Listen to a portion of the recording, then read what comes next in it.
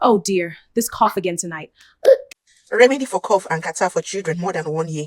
So if your child is more than 1 year, listen, more than 1 year old, and is having cough, just take a spoon of honey and give that child. You can give them before bedtime. You can give them at interval. It's very, very good. There are research showing that honey works better than cough syrup. And as you know, you're supposed to avoid cough syrup in children, okay? However, please note, you do not give honey to a child who is what? Less than 1 year.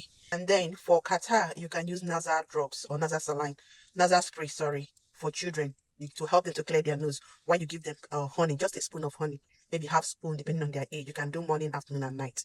Okay? I hope you learned something. Share to that mom that needs to know. Thank you.